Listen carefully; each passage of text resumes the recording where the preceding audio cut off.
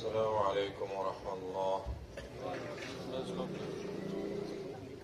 ورتل كما كنت ترتل في الدنيا.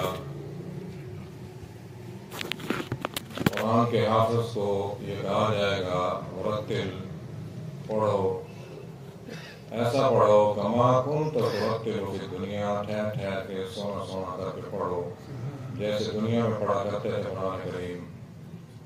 یہ اس حافظ کے لیے ہے جس نے قرآن کریم حفظ کیا ہوگا، یاد کیا ہوگا اور اسے یاد رکھا ہوگا۔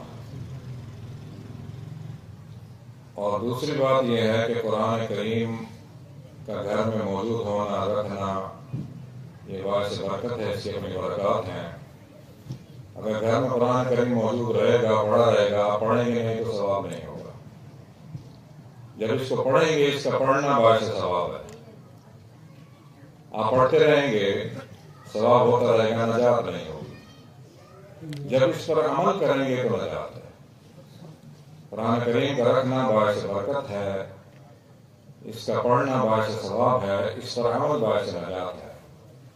جو حافظ قرآن کریم کو یاد کرے گا، پھر اس کو یاد رکھے گا، پھر اس پر عمل کرے گا، اس کے لیے یہ روایت ہے۔ ترمذی، ابو داؤد، ابن ماجہ، البانی میں یہ روایت موجود ہے۔ عبداللہ بن عمر رضی اللہ عنہ یہ راوی ہے۔ یقال اللہ تعالی لصاحب القرآن اقرأ وارقى ورتل كما كنت ترتل في الدنيا فإن منزلتك عند آخر آية تقرأها۔ حافظ قرآن کو کہا جائے گا یہ اس وقت کہ جب حساب کتاب ہو جائے گا، حشر کا میدان، جنت میں داخل ہوگا، پھر اس کو اس کے درجات ملیں گے حساب کے بعد۔ وسیق الذین اتقوا ربهم من الجنة زمرا، جنت میں گروہ کے گروہ داخل کیے جائیں گے۔ حتی اذا جاؤها، جب جنت کے دروازے پر جا کر پہنچیں گے۔ وفتحت ابوابها، اور جنت کے دروازے کھول دیے جائیں گے۔ وقال لهم خزنتها، جنت کا خازن سلام کرے گا، سلام علیکم، سلامتی ہے تم پر، طبتم، پاکیزہ لوگ ہو، فادخلوها خالدین، داخل ہو جاؤ ہمیشہ کے لیے۔ تو داخل ہونے کے بعد یہ حکم ہوگا حافظ قرآن کو، اقرا پڑھو، ورقہ اور چڑھو، چڑھتے جاؤ، کما کنت ترتل فی الدنیا، کما کنت ترتل فی الدنیا، جیسے دنیا میں پڑھتے تھے، آہستہ آہستہ، ٹھہر ٹھہر کے، سونا سونا کر کے۔ فإن منزلتک، پھر آپ کی منزل ہے، عند آخر آیۃ تقرأها، قرآن کریم کی آخری آیت الناس تک جب آپ کو پہنچے گا، وہ اس کی منزل ہوگی، مقام ہوگا۔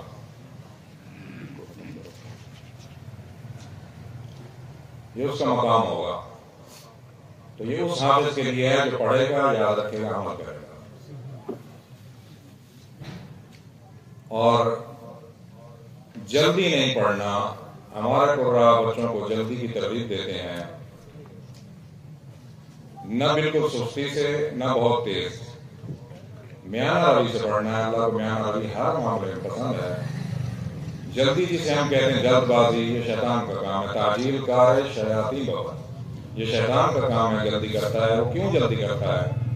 ان کید الشیطان کان ضعیفا، شیطان کا فریب کمزور ہوتا ہے، اسی لیے فریب پہ فریب، فریب پہ فریب جلدی کرتا ہے کہ تاکہ کوئی تو میرا فریب کامیاب ہوگا۔ تو کسی بھی معاملے میں جلدی نہیں کرنی، درمیانی روش اختیار کرنی ہے۔ آج ہمارا موضوع ہے فرائض دین کے، نماز، روزہ، زکوٰۃ، یہ گزر چکے ہیں۔ اب آخری فریضہ دین کا، اب حج کے دن شروع ہو رہے ہیں۔ 15 شوال کے بعد حج کے دن شروع ہو جاتے ہیں۔ ہمارا موضوع خطبہ حج ہے۔ نبی کریم صلی اللہ علیہ وسلم کا خطبہ جو ارشاد فرمایا حضور نے حج میں، وہ موضوع ہے۔ تمام کتب احادیث میں یہ موجود ہے خطبہ حج۔ 1.25 لاکھ صحابہ نے یہ خطبہ سنا، سب سے زیادہ راوی اس حدیث کے ہیں خطبہ حج۔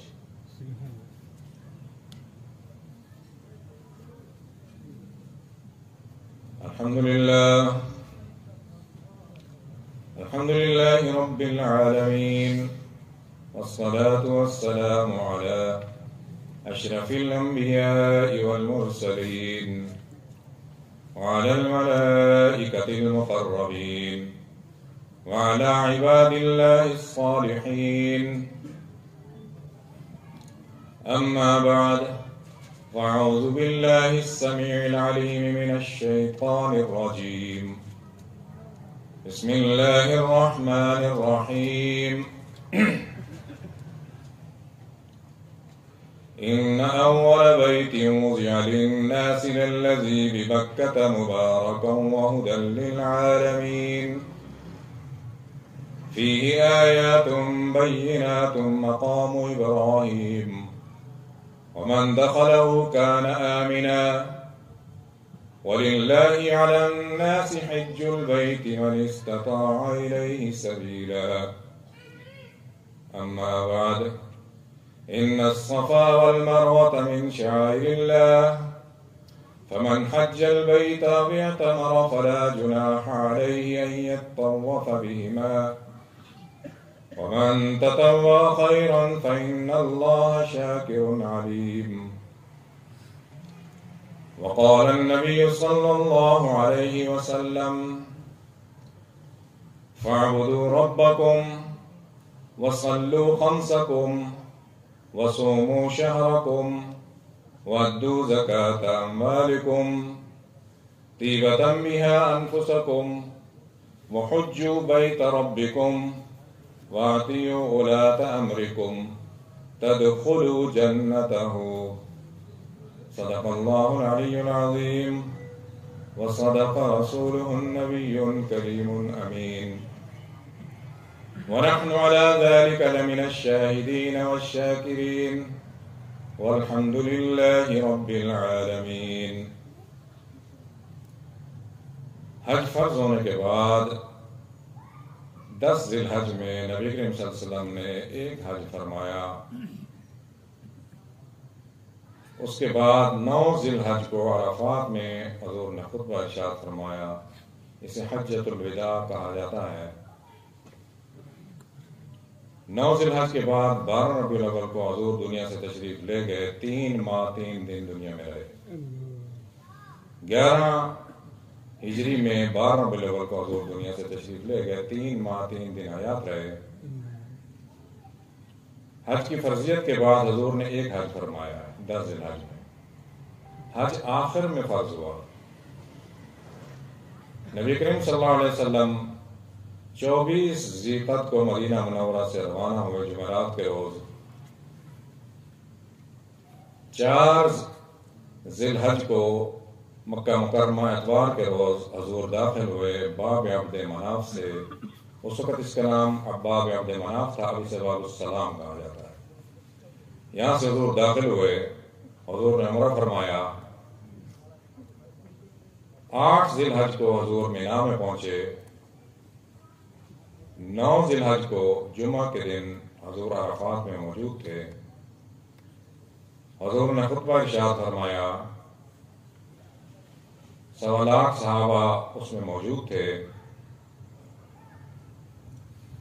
9 ذی الحج جمعہ المبارک کے روز حضور نے خطبہ ارشاد فرمایا۔ حضور اپنی اونٹنی قصوہ پر سوار تھے۔ قصوہ عربی میں اس اونٹ کو کہا جاتا ہے جس کا کان کٹا ہوا اسے قصوہ کہا جاتا ہے۔ حضور نے خطبہ ارشاد فرمایا۔ حضور کے ساتھ اس وقت یہ ہوا کرتا تھا کہ مکبر ہوا کرتے تھے، جیسے حرم میں نماز ہوتی ہے، سمع اللہ لمن حمدہ امام کہتا ہے تو پیچھے ربنا ولک الحمد کی آواز آتی ہے، یہ مکبر ہوتا ہے، ساتھ ساتھ الفاظ کو دہراتا ہے۔ نبی کریم صلی اللہ علیہ وسلم کے بالکل قریب ربیعہ بن امیہ ابن خلف یہ موجود تھے۔ جو الفاظ نبی کریم صلی اللہ علیہ وسلم ادا فرماتے یہ ان الفاظ کو دہراتے، پھر اسی طرح آگے آگے آگے بات پہنچتی۔ اور حضور ایک طرف پہلے دائنی طرف چہرہ انور حضور کا ہوتا تھا، الفاظ حضور ارشاد فرماتے، پھر سامنے، پھر بائیں طرف، اسی طرح آگے بات پہنچتی۔ دستور یہ تھا اس وقت بات پہنچانے کا۔ کیا سب خطبہ سنائیں یا ترجمہ سنائیں یا خطبہ اور ترجمہ دونوں سنائیں؟ دونوں سنائیں. پھر سب کچھ آپ کے پاس چلا گیا، ہمارے پاس کیا رہ گیا؟ حلوہ پہلے آپ کے پاس ہے.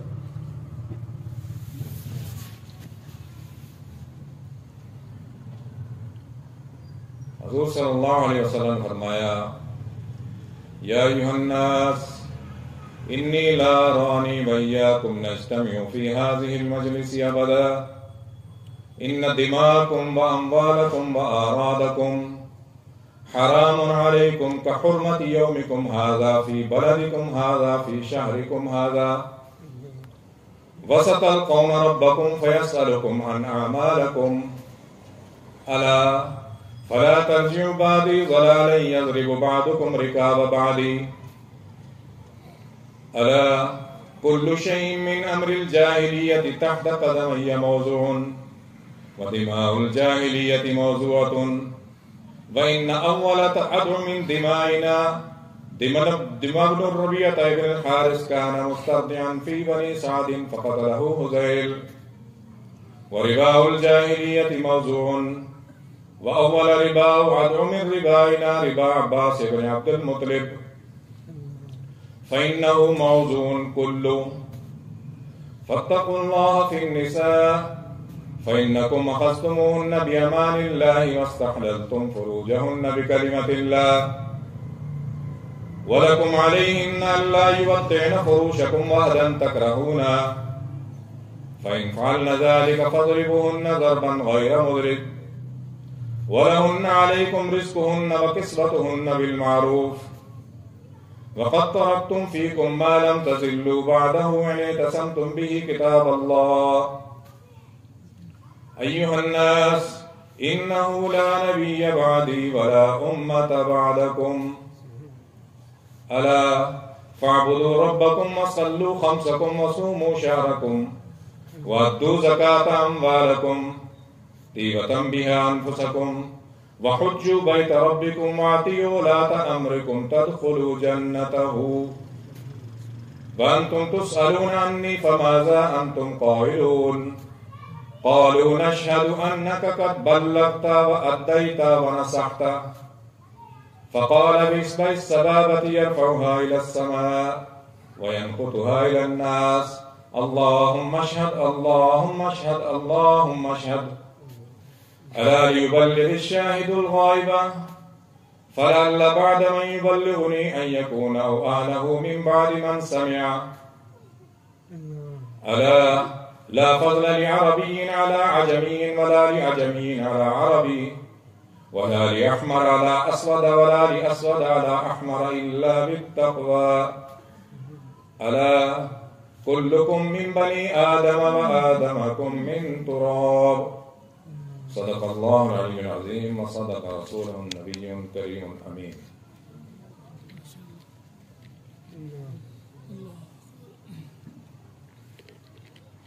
نبی کریم صلی اللہ علیہ وسلم نے فرمایا، یہ نبی کریم صلی اللہ علیہ وسلم کا خطبہ حج یہ احکامات الہیہ کا مجموعہ ہے. نبی کی 23 برس کی جو زندگی ہے وہ اس خطبے میں موجود ہے. حیات طیبہ پہلی وحی کے بعد نبی کریم صلی اللہ علیہ وسلم کی جو تکالیف شروع ہوئی اس میں طائف کا واقعہ بھی شامل ہے، ہجرت بھی شامل ہے، اس میں شیب ابی طالب بھی شامل ہے، کفار کی سختیاں وہ بھی شامل ہیں. حضور نے ہجرت فرمائی ابراہیم علیہ السلام سے لے کے حضور تک 4000 سال کا آبائی وطن چھوڑا. اس کے بعد جنگیں ہوئی، حضور صلی اللہ علیہ وسلم جنگ میں زخمی ہوئے. آخر میں یہ حج فرض کیا گیا ہے. یہ مالی اور بدنی دونوں عبادات ہیں. 23 برس اس میں خطبے میں موجود ہے. احکامات الہیہ کا مجموعہ ہے.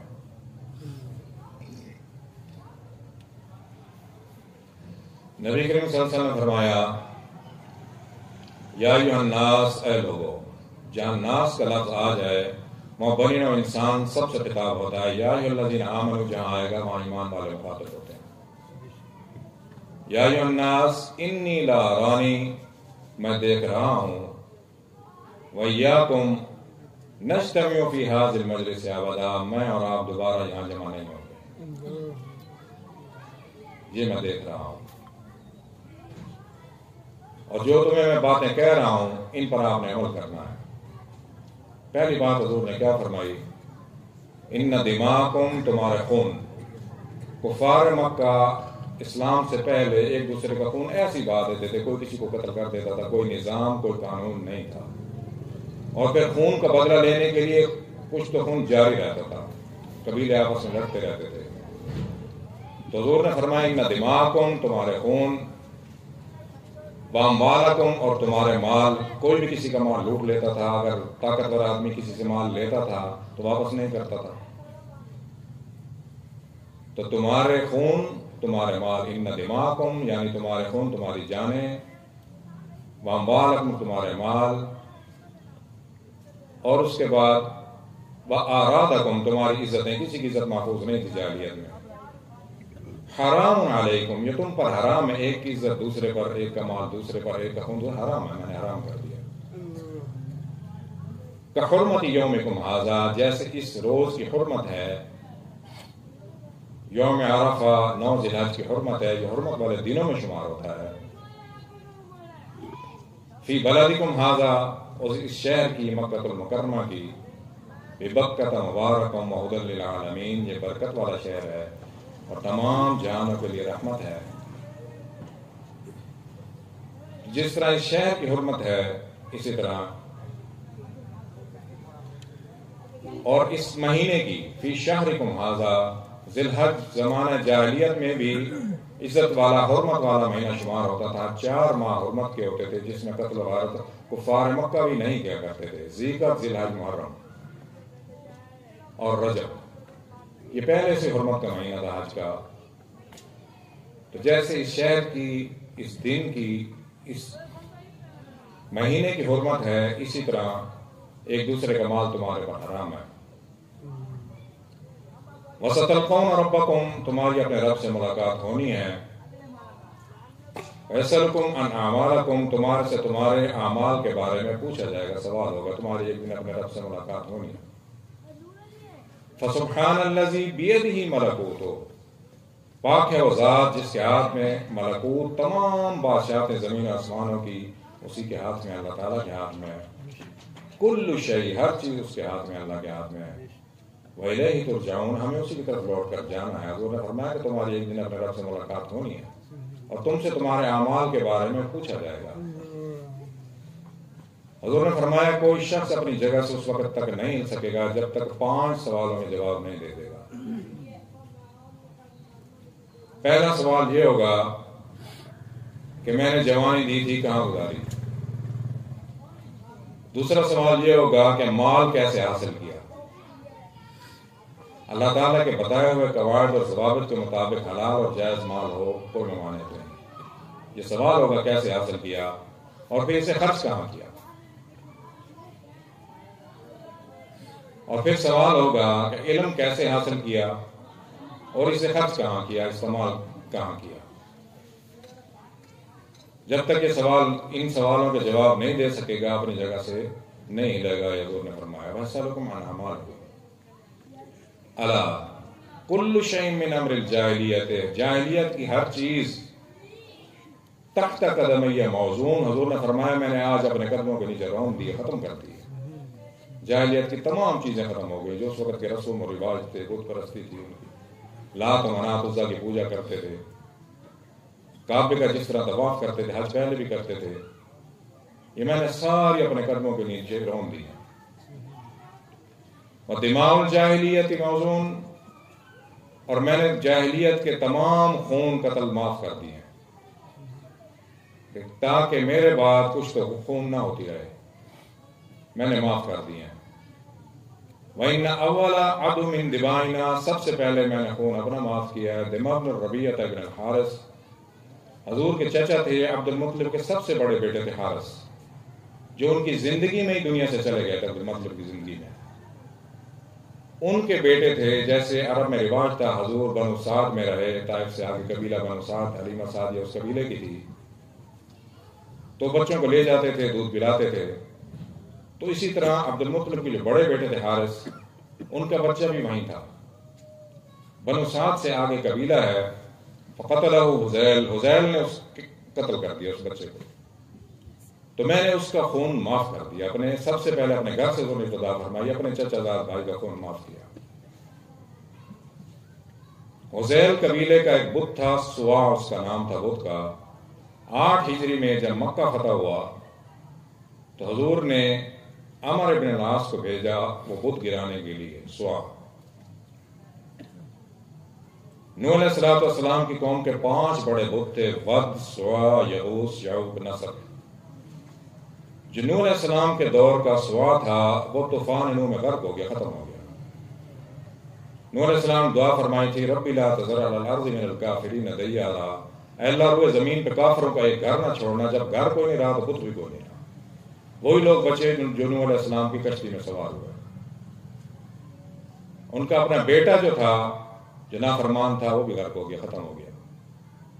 اس کو انہوں نے فرمایا کہ میری کشتی میں سوار ہو جا. یا بنی ارکب معنا, اے بیٹے میرے ساتھ ہم رکاب ہو جاؤ, کشتی میں سوار ہو جاؤ.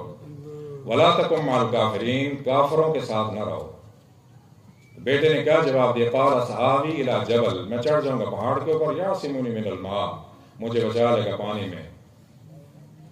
نے فرمایا قال لا عاصم اليوم من امر اللہ, آج آپ کو اللہ کے حکم سے کوئی نہیں بچا سکتا, الا من رحم, جس پر اللہ نے رحم فرما دیا, جو کشتی میں آیا وہ بچ گیا. یہ کلام ہو رہی تھی, فحال بینہم الموج, اتنے میں باپ اور بیٹے کے درمیان پانی کی لہر موج آ گئی, فکان من المغرقین, وہ غرق ہو گیا. تو اس بت کو تباہ کرنے کے لیے, ختم کرنے کے لیے عمر بن العاص حضور نے بھیجا. جب وہاں پہنچے تو بت کا جو رکھوالا تھا اس نے کہا کہ تم اس کو نہ گراؤ, تم اس کو گراؤ کہ تمہارے اوپر عذاب آئے گا, تم اس پر قدرت نہیں رکھتے. عمر بن العاص نے فرمایا ان اللہ علی کل شیء قدیر, اللہ ہر چیز پر قادر, اللہ کی قدرت ہر چیز پر محیط ہے. بت کو جب توڑ دیا, جو اس کے خزانے والی جو بت پر منات چڑھائے جاتے تھے وہ کوٹھڑی میں جمع کیے جاتے تھے کمرے میں, اس کو دیکھا اس میں کچھ نہیں تھا. تو اس بت کے رکھوالے سے انہوں نے پوچھا اب بتا تیرا کیا خیال ہے. اس نے وہیں کلمہ پڑھا, اسلام قبول کیا. تو حذیل ایک قبیلہ تھا, وہ حضری لکھا کرتے تھے. حضور نے اپنے سب سے پہلے چچا زاد بھائی کا خون معاف فرمایا, اور اس کے بعد حضور نے فرمایا والربال جاہلیت موزون, اور جاہلیت کے تمام سود میں نے معاف کر دی, ختم کر دی. سود کا کاروبار زیادہ ہوتا تھا. اول ربا, سب سے پہلا جو سود میں نے معاف کیا, ربا عباس ابن عبد المطلب, اپنے چچا حضرت عباس کا خون معاف فرمایا حضور نے. میں نے ان کو سود معاف کر دیا. اور اس وقت آج کے حساب سے ان کا اربوں روپے میں سود تھا, کم سود نہیں تھا. لوگ ان سے پیسے لیے کے جایا کرتے تھے حج کے موقع پر. ان کا خوشبوؤں کا کاروبار تھا, یمن سے خوشبوؤں لایا کرتے تھے اور فروخت کیا کرتے تھے, لوگ پیسے لے کے جایا کرتے تھے. حضور نے سود معاف فرما دیا کہ سب سے پہلے میں نے اپنے چچا کو سود معاف کر دیا. موزون کو اب یہ سابقہ دور کی باتیں ہیں ساری جو حضور نے فرمائی, جو حضور سے پہلے کی باتیں تھیں. اب حضور نے کیا بیان فرمایا, اب جب آگے کی باتیں شروع ہو گئی تو حضور نے کیا فرمایا, سب سے پہلے فاتقوا اللہ فی النساء, اللہ سے ڈرو عورتوں کے بارے میں. سب سے پہلے انہوں نے فرمایا فَإِنَّكُمْ أَخَذْتُمُوهُنَّ بِأَمَانِ اللَّهِ, اللہ نے ان کو آپ کی امان میں دیا ہے. یہ امان اللہ, اللہ کی امان ہے. کیسے امان ہے؟ ماں ہے تو بچوں کے اپنے بیٹوں کے پاس امان ہے, اس کے امین ہے, بچے اس کی حفاظت کریں گے. ماں کو پتہ ہوتا ہے کہ میرے سنبھالنے والے ہیں. اگر بیٹی ہے تو باپ کی امان میں ہے, بچی کو پتہ ہوتا ہے کہ میرا والد ہے. بہن ہے تو بھائیوں کی امان میں ہے. اللہ تعالیٰ فرماتے ہیں کہ میں نے ان کو آپ کی امان میں دیا, ان کا خیال کرنا ہے. اگر بیٹے ہیں تو والدہ کے حقوق کا خیال کرنا ہے, بھائی ہیں تو بہن کے حقوق کا, خاوند ہے تو بیوی کے حقوق کا. تمہارے پاس امان ہے اللہ کی.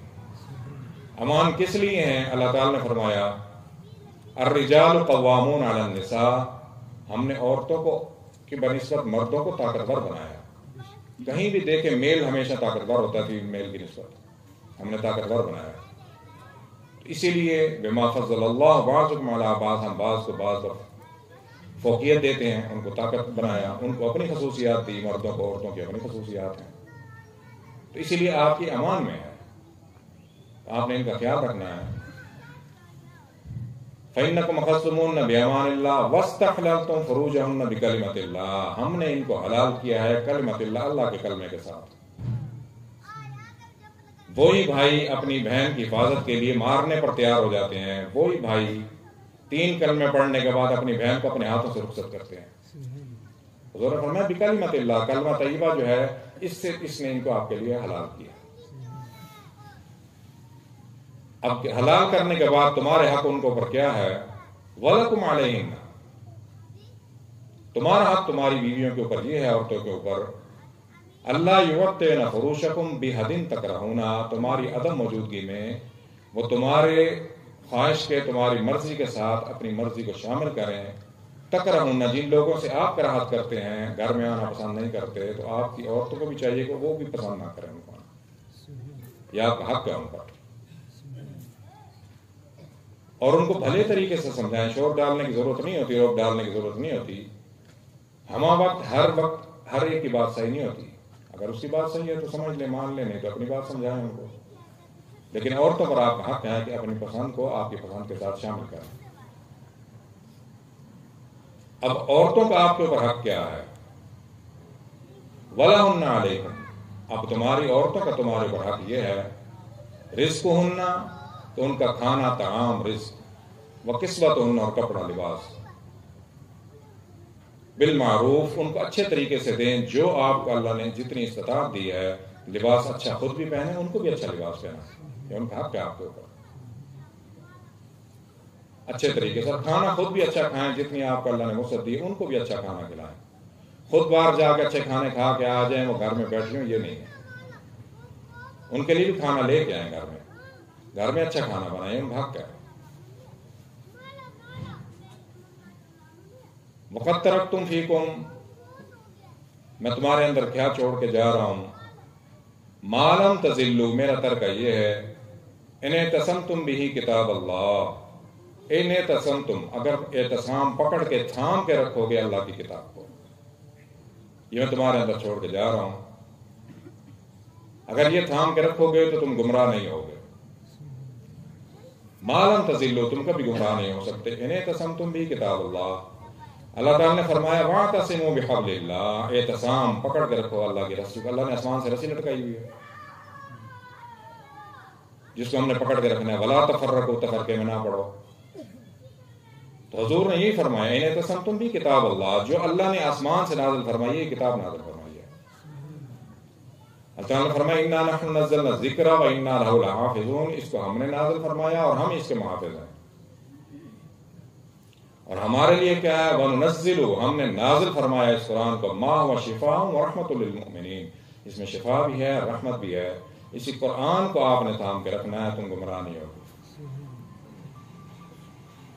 پھر حضور نے فرمایا ایھا الناس، اے لوگو، انہ لا نبی بعدی، میرے بعد کوئی نبی نہیں آئے گا، ولا امت بعدکم، جب نبی کوئی نہیں تو امت کوئی نہیں۔ اللہ تعالیٰ نے فرمایا ما کان محمد ابا احد من رجالکم، باقاعدہ نام لیا گیا اسی لیے محمد صلی اللہ علیہ وسلم والد نہیں ہے کسی مرد کے، ولیکن رسول اللہ، لیکن اللہ کے رسول ہیں، وخاتم النبیین، اور نبیوں کے ختم فرمانے والے ہیں، ان کے بعد کوئی نبی نہیں آئے گا۔ صحابہ نے عرض کی کہ حضور آپ کے بعد کوئی نبی نہیں ہے، تو حضور نے فرمایا مثلی و مثل الانبیاء کرجل بنا دارا فاکملها واحسنها الا موضع اللبنۃ وجعل الناس يدخلونها ويتعجبون ويقولون لولا موضع اللبنۃ وانا اللبنۃ وانا خاتم النبیین۔ یہ متفق علیہ روایت ہے، بخاری مسلم دونوں میں جو روایت موجود ہو وہ متفق علیہ کہلاتی ہے، ابو ہریرہ راوی ہیں اس روایت کے۔ حضور نے فرمایا میری مثال، میری مثال ایسی ہے، ومثل الانبیاء، اور تمام انبیاء کی مثال ایسی ہے، رجل، کہ ایک آدمی ہے، بنا دارن، اس نے گھر بنایا، فاکملها واحسنها، اس مکمل گھر بنایا اور خوبصورت گھر بنایا، محل نما گھر بنایا اس نے، الا موضع اللبنۃ، ایک اینٹ اس میں نہیں لگی، وجعل الناس يدخلونها، جب لوگ داخل ہوتے تھے اس گھر کو دیکھتے تھے، دیکھنے کے بعد کیا کہتے تھے، ويتعجبون، تعجب کا اظہار کرتے تھے اور کہتے تھے وَيَقُولُونَ لَوْلَا مَوْضِعُ اللَّبِنَةُ، یہ اینٹ کیوں نہیں لگی اس گھر میں، جب خوبصورت کمرہ گھر بنایا جائے اس میں ایک ٹائل نہ لگی ہوئی ہو تو نظر آتی ہے، تو لوگ کہتے ہیں کہ یہ ٹائل کہاں ہے۔ وَأَنَا الَّذِينَ، تو حضور نے فرمایا وآخری میں ہوں جس پر خاتم النبیین لکھا ہے، لا نبی بعد، میرے بعد کوئی نبی نہیں۔ جب نبی کوئی نہیں تو امت بھی کوئی نہیں۔ وَلَا أُمَّةَ بَعْدَكُمْ، کوئی امت نہیں تمہارے بعد آئے گی، تم آخری امت ہو۔ اسی لیے اس امت کی ذمہ داری ہے، اللہ تعالیٰ نے فرمایا كُنتُمْ خَيْرَ أُمَّةٍ أُخْرِجَتْ لِلنَّاسِ، تم بہترین امت ہو۔ جو پہلے انبیاء کا کام تھا، حضور نے فرمایا کہ میری امت کے علماء بنی اسرائیل کے انبیاء جیسے ہوں۔ جو نبیوں نے کام کرنا تھا وہ امت کی ذمہ داری ہے، ہر ایک کی ذمہ داری ہے۔ حضور نے فرمایا بلغوا عنی ولو آیا، تمہارے پاس ایک آیت تمہارے پاس آ جائے تم آگے پہنچاؤ اس کو، ذمہ داری امت کی۔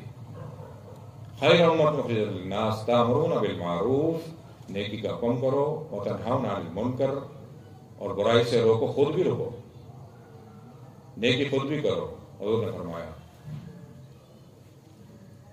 اب حضور نے فرمایا اللہ، اللہ جان لو، اللہ اٹینشن کے معنی میں عربی میں آتا ہے، اللہ جان لو۔ فاعبدوا ربکم، اپنے رب کی عبادت کرو، اللہ واحد کی عبادت کرو، لا شریک کی، اور کسی کی عبادت نہیں کرنی، نہ اللہ کے ساتھ شان میں، نہ ذات میں، نہ صفات میں کوئی شریک نہیں ہے۔ فاعبدوا ربکم، اپنے رب کی عبادت کرو۔ انما هو الہکم الہ واحد، ہمارا اور تمہارا اللہ ایک ہے، اس ایک اللہ کی عبادت کرنی ہے، اسی سے مانگنا ہے۔ وصلوا خمسکم، اور 5 وقت کی نماز پڑھو۔ یہ 5 نمازیں معراج میں نبی کریم صلی اللہ علیہ وسلم کو تحفہ کے طور پر دی گئی تھی۔ تمام احکامات زمین پر آئے ہیں، نماز آسمان پہ ملی ہے، حضور کو دی گئی معراج میں 5 نمازیں۔ اس سے پہلے 2 نمازیں ہوتی تھی، صبح اور شام کی حضور پڑھا کرتے تھے۔ معراج میں 5 نمازیں دی گئی، حضور نے فرمایا صلوا خمسکم، 5 نمازیں پڑھو۔ اب نماز کو قائم کرنے کا حکم ہے، وَأَقِیمُوا الصَّلَاةَ، نماز کو قائم کرو۔ نماز قائم کیسے ہوگی؟ جب باقاعدگی سے 5 وقت نماز آپ پڑھ رہے ہیں تو نماز کو قائم کر رہے ہیں۔ ایک پڑھ لی فجر کی، کبھی عصر کی، کبھی جمعے کی، تو آپ نماز پڑھ رہے ہیں، نماز کو قائم نہیں کر رہے۔ اور نماز ایسی چیز ہے جو نابالغ پر بھی فرض ہے۔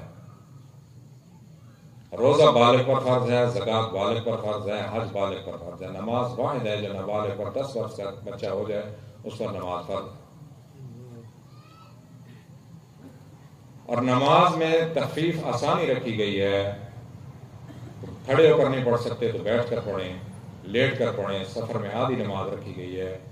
نماز معاف نہیں ہے، یہ نہیں ہے کہ ایک شخص جب روزہ رکھ رہا ہے تو نماز نہ پڑھے کیونکہ روزے رکھ رہا ہے۔ اگر کوئی زکوٰۃ دیتا ہے، زکوٰۃ دے رہا ہے تو اس کے اوپر نماز معاف ہے کیونکہ وہ زکوٰۃ دے رہا ہے۔ اگر حج کر رہے ہو تو نماز نہ پڑھو، ہر عبادت کے ساتھ حج شامل ہے۔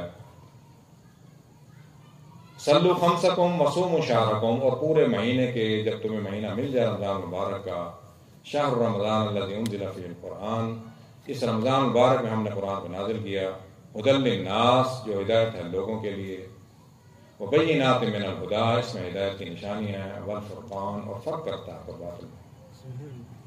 فمن شاہد منکم الشہر، تم میں سے جو یہ مہینہ پالے، فلیصم، وہ روزہ رکھے۔ اب روزے میں تخفیف ہے، من کان منکم مریضا، اگر مریض ہے، او علی سفر، سفر میں، فعدۃ من ایام اخر، تو پھر بعد میں روزے رکھ سکتا ہے۔ نماز کی تخفیف نہیں ہے، کھڑے ہو کے نہیں پڑھتا تو بیٹھ کے نہیں تو لیٹ کے، نماز معاف نہیں ہے۔ اگر خود روزہ نہیں رکھ سکتا تو فدیۃ طعام مسکین، کسی اور کو روزے رکھوا سکتا ہے۔ نماز خود نہیں پڑھ سکتا تو اس کے لیے حکم نہیں ہے کہ کوئی اور نماز پڑھ لے، خود پڑھنی پڑے گی۔ وصوموا شہرکم، ادوا زکاۃ اموالکم، اور اپنے مال کی زکوٰۃ دو۔ جس پر زکوٰۃ فرض ہے وہ اس کی زکوٰۃ دے۔ طیبۃ بانفسکم، زکوٰۃ مال کو پاک کرتی ہے۔ جب مال پاک ہو جائے گا تو لقمہ اندر حلال کا جائے گا تو انسان خود پاک ہوگا۔ اپنے نفسوں کو، اپنی جانوں کو پاک کرو۔ وحجوا بیت ربکم، اور اپنے رب کا حج کرو، اپنے رب کے گھر کا۔ ان اول بیت وضع للناس، لوگوں کے لیے سب سے پہلا گھر یہی ہے، ببکۃ مبارکا، مکہ میں، وہدی للعالمین، تمام جہانوں کے لیے ہدایت ہے، فیہ آیات بینات، اس میں نشانی ہے مقام ابراہیم علیہ السلام کی کھڑے ہونے کی جگہ، جس پر کھڑے ہو کر انہوں نے کعبہ تعمیر فرمایا۔ ومن دخلہ کان آمنا، جو اس میں داخل ہو گیا وہ امن میں آ گیا۔ حد حرم کے اندر اپنے دشمن پر بھی ہاتھ نہیں اٹھا سکتے کہ امن والا شہر، امن میں آ گیا۔ وَلِلَّهِ عَلَى النَّاسِ، ہم نے لوگوں پر اپنے گھر کا حج کیا ہے، من استطاع الیہ سبیلا، جو استطاعت رکھتا ہے، جس کے پاس مال ہے، جس پر زکوٰۃ فرض ہے، اس کے لیے حج ہے، جس پر مال نہیں ہے اس کے لیے حج نہیں ہے۔ جو استطاعت رکھتا ہے اس کے لیے حج ہے، وہ حج کرے۔ آخری جو حکم ہے نبی کریم صلی اللہ علیہ وسلم فرمایا وہ حج کا حکم ہے، وَحُجُّوا بَیْتَ رَبِّکُم۔ اس کے بعد کیا فرمایا؟ وَأَطِیعُوا وُلَاۃَ أَمْرِکُم، جو وقت کا حکمران ہے اس کی بات مانو۔ تو اللہ تعالیٰ نے فرمایا یا ایھا الذین آمنوا، اے ایمان والو، اطیعوا اللہ واطیعوا الرسول، اللہ اس کے رسول کی اطاعت کرو، وَأُولِي الْأَمْرِ مِنکم، اور وقت کا جو تمہارا حکمران ہے اس کی بات مانو۔ یہی بات حضور نے فرمائی، وَأَطِیعُوا وَلَا تَأْمُرُوا۔ اب کیسے ماننا ہے کہ وقت کا حکمران اگر نماز سے روکے، روزے سے روکے، حج سے روکے تو اس کی بات نہیں ماننی، احکامات الہیہ سے، ارشادات نبیہ کے خلاف کوئی بات کرے، اپنے والدین کی بات بھی نہیں ماننی۔ یہاں پر برطانیہ کی حکومت رہی ہے 100 سال، برٹش امپائر رہے ہیں، انہوں نے حج سے نہیں روکا کبھی سے، لوگ حج پر اس وقت بھی جایا کرتے تھے، نماز پڑھا کرتے تھے، زکوٰۃ دیا کرتے تھے، روزے رکھا کرتے تھے۔ جو دنیاوی قوانین ہیں، جیسے جیسے وقت کے ساتھ ترقی ہوتی گئی، ٹرین آئی اس کے قوانین آ گئے، سڑکیں بنی، ٹریفک کے قوانین آتے گئے، پوری دنیا میں ہے۔ ابھی امریکہ سے لوگ حج کرنے جاتے ہیں، روزے رکھتے ہیں، کوئی نہیں روکتا۔ لیکن جو دنیاوی قوانین ہیں، تعلیم کے قوانین ہیں، صحت کے ہیں، ٹریفک کے ہیں، امیگریشن کے ہیں، سارے قوانین ہر ملک میں تقریباً یکساں قوانین ہیں، تو ان کو آپ نے تسلیم کرنا، ان کو ماننا، فساد نہیں پیدا کرنا، اس پر آپ نے عمل کرنا ہے۔ وہ ان کی برطانیہ کے باشندوں کے لیے بھی ایسے ہیں جو وہاں رہ رہے ہیں، باقی دوسرے ملکوں کو ان کے لیے بھی ویسے ہیں۔ اگر وہ نماز روزے سے آپ کو روکیں تو پھر آپ نے یہ بات نہیں ماننی، احکامات الہیہ سے کوئی بھی روکے یہ بات نہیں ماننی۔ تدخلوا جنتہ، حضور نے فرمایا تم جنت میں داخل کر دیے جاؤ گے۔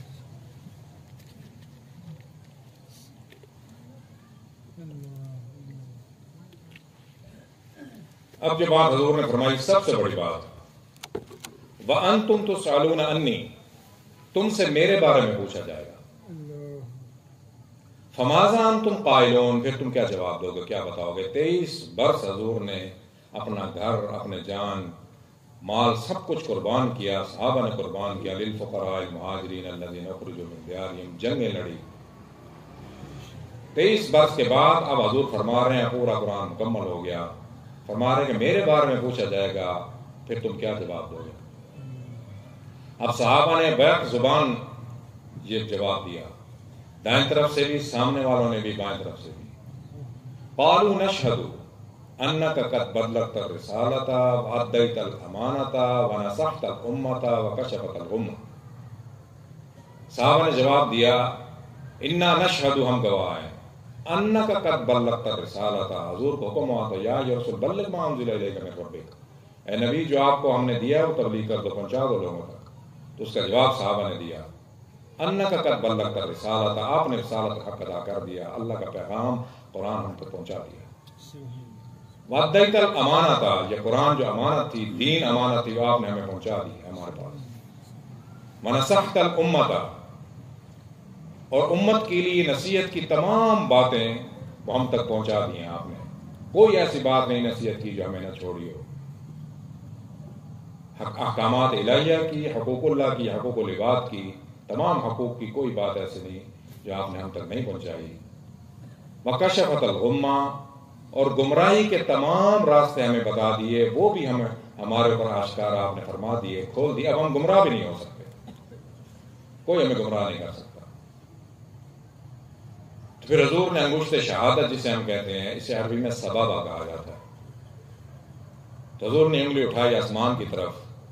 عربی میں انگلیوں کی ترتیب ایسے ہے، خنصر، بنصر، وسطی، سبابہ، ابہام، دو استعمال ہمیشہ زیادہ ہوتے ہیں ہر معاشرے میں۔ ایک انگشت شہادت کا، جب کسی کو اشارہ کرنا ہو، بلانا ہو تو اس کا استعمال ہوتا ہے، جسے انڈیکس فنگر کہا جاتا ہے، اور ابہام، تھم، جب یہ لگ جاتا ہے کسی دستاویز پر تو بات پختہ ہو جاتی ہے، تمام ابہام یعنی شبہات، شکوک دور ہو جاتے ہیں۔ اگر کسی کو اچھا کہنا ہو تو بھی اس کا استعمال ہوتا ہے، دو انگلیوں کا استعمال زیادہ ہوتا ہے۔ تو حضور نے آسمان کی طرف انگشت شہادت اٹھائی، فقال بإصبع السبابۃ یرفعها إلى السماء، اوپر کی بلند فرمایا حضور نے آسمان کی طرف، وینکتها إلى الناس، اور لوگوں کی طرف حضور نے ایسا فرمایا، اور 3 مرتبہ فرمایا اللہم اشہد اللہم اشہد اللہم اشہد۔ جب صحابہ نے شہادت دی انا نشہد، تو حضور نے فرمایا اللہ آپ گواہ ہو جائیں، اللہ تعالیٰ سن رہے ہیں، اللہ سمیع بصیر، ساری باتیں سن رہے ہیں۔ تو حضور نے مجھ سے ساتھ فرما کے اللہم اشہد اللہم اشہد۔ اب حضور نے فرمائی جو اہم بات ہے، الا لیبلغ الشاہد الغائب، اب یہ تمہاری ذمہ داری ہے، جو یہاں موجود ہیں ان کی بھی ذمہ داری ہے، شاہد موجود، والغائب جو غائب ہیں، جو موجود نہیں ہیں، ان میں ہم شامل ہیں، ہم اس وقت موجود نہیں تھے، تو یہ ان کی ذمہ داری ہے کہ آگے بات پہنچانا۔ اب یہ ہماری ذمہ داری ہے کہ دین پر خود بھی عمل کرنا اور آگے بھی پہنچانا، یہ ہماری ذمہ داری ہے۔ اب حضور نے فرمایا فَلَعَلَّ بَعْدَ مَن يُبَلِّغُنِي، ممکن ہے ان یکون اوالہ من بعد من سمع، بس اوقات ایسا ہوتا ہے کہ آپ یہاں ہماری بات سن رہے ہیں اور آپ آگے جا کر کسی اور کو سناتے ہیں، تو وہ سننے والا ممکن ہے کہ آپ سے زیادہ عمل کرے، بعد والے لوگ جو ہیں وہ عمل کریں۔ حضور نے فرمایا فَلَعَلَّ بَعْدَ مَن يُبَلِّغُنِي، کہ تمہارے بعد جہاں تک یہ بات پہنچے، ان یکون اوالہ، وہ اس بات کے اہل ہوں، ان یکون اوالہ من بعد من سمع، جنہوں نے سنا ہے۔ اب اس میں حضور نے اس لیے فرمایا کہ کچھ لوگ ایسے بھی تھے جو اب مطلقاً ان پڑھ ہوتے تھے، بیمار بھی صحابہ تھے، وہ بھی موجود تھے، صحابیت کا شرف ان کو حاصل تھا۔ جیسے اب ہیں ہر جگہ ہر معاشرے میں تعلیم یافتہ لوگ موجود ہوتے ہیں، غیر تعلیم یافتہ، پھر تعلیم میں بھی فرق ہے، انگریزی تعلیم علیحدہ ہے، دینی علیحدہ ہے، ان کے سوچنے اور سمجھنے میں فرق ہوتا ہے، عمل میں بھی فرق ہوتا ہے۔ ان یکون اوالہ من بعد من سمع، اب حضور نے فرمایا لا فضل لعربی علی عجمی، جو اللہ تعالیٰ نے فرمایا یا ایھا الناس، اے لوگوں، انا خلقناکم من ذکر و انثی، ہم نے تمہیں پیدا کیا ایک مذکر ایک مؤنث سے، آدم علیہ السلام مذکر، اما ہوا مؤنث، اس سے تمہیں پیدا کیا، وجعلناکم شعوبا، اور تمہاری ذاتیں رکھ دی، شاخیں بنا دی، وقبائل، اور تمہارے قبیلے بنا دیے، لتعارفوا، تاکہ تمہاری آپس میں پہچان رہے، یہ تمہاری آپس کی پہچان کے لیے، ان اکرمکم عند اللہ، اللہ کے نزدیک عزت والا وہ ہے، اتقاکم، جس کا تقوی ہے۔ یہی حضور نے فرمایا، عرب سے عجم تک کا فیصلہ فرما دیا، لا فضل لعربی علی عجمی، کسی عربی کو عجمی پر فوقیت نہیں ہے، ولا لعجمی علی عربی، کسی عجمی کو عربی پر فوقیت نہیں ہے، ولا لأحمر علی اسود، کسی کالے کو کسی گورے پر فوقیت نہیں ہے، ولا لأسود علی احمر، نہ گورے کو کالے پر فوقیت ہے، نہ کالے کو گورے پر فوقیت ہے۔ یورپ سے افریقہ تک کا فیصلہ فرما دیا، کالے سب افریقہ میں ہیں، گورے سب یورپ میں ہیں، کسی کو کسی پر فوقیت حاصل نہیں ہے، الا بالتقوی، جو اللہ نے فرمایا کہ اللہ کے نزدیک تقوی ہے۔ اب حضور نے فرمایا کلکم من بنی آدم، تم سب اولاد آدم ہو، وآدمکم من تراب، اور آدم کو مٹی سے پیدا کیا گیا تھا، اللہ تعالیٰ نے آدم کو مٹی سے پیدا کیا، وَلَقَدْ خَلَقْنَا الْإِنسَانَ مِنْ صَلْصَالٍ مِنْ حَمَإٍ مَسْنُونٍ، ہم نے انسان کو پیدا کیا گوندے ہوئے گارے سے، اس کے بعد جیسے سلسال کھنکھناتا، جیسے برتن بنانے والا مٹی کو گوند کے اچھی طرح اس میں سے کنکر ریشے سارے نکال کے پھر اس کو بناتا ہے، تیار کرتا ہے، اور وہ کنکر نکل جاتے ہیں، مٹی جو ہے کشادہ ہو جاتی ہے، برتن اچھا بہترین تیار ہوتا ہے۔ من حمأ مسنون، والجان خلقناہ، اور جنات کو تم سے پہلے پیدا کیا، من قبل من نار سموم، آگ کی لو سے پیدا کیا۔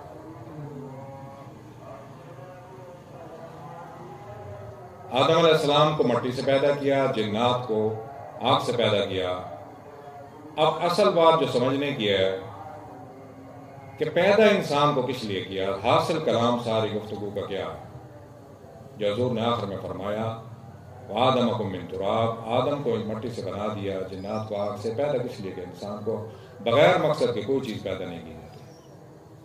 اللہ تعالیٰ نے فرمایا وما خلقت الجن والانس الا لیعبدون، ہم نے انسان اور جنوں کو اس لیے پیدا کیا اپنی عبادت کریں۔